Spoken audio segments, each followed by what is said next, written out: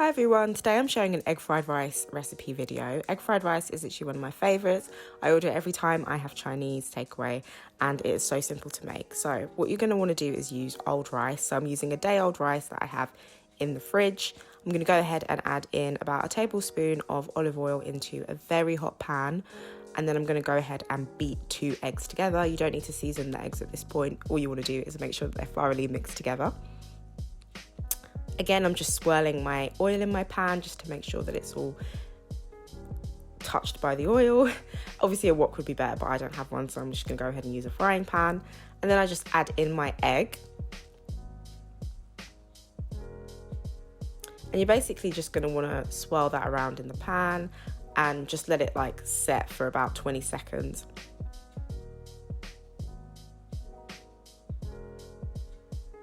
I then go ahead and add in my rice straight from the fridge.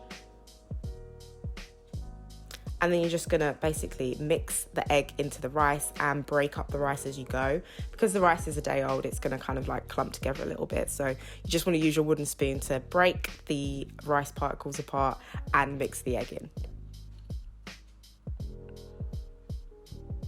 This is literally like a 5-minute recipe. It doesn't take any time at all and it is so yummy.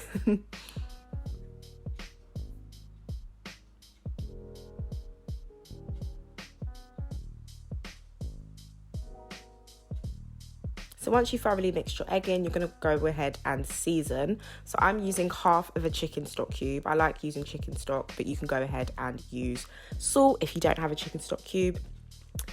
And then you're going to want to go and also add in your soy sauce. So I'm adding probably about a tablespoon and a half of soy sauce. This is going to give it a nice umami taste, as well as that kind of like dark colour that you get with egg fried rice from Chinese takeaways. And then I'm just going to mix it all in. And we're literally nearly done. There's only like one more additional step before you can eat the egg fried rice.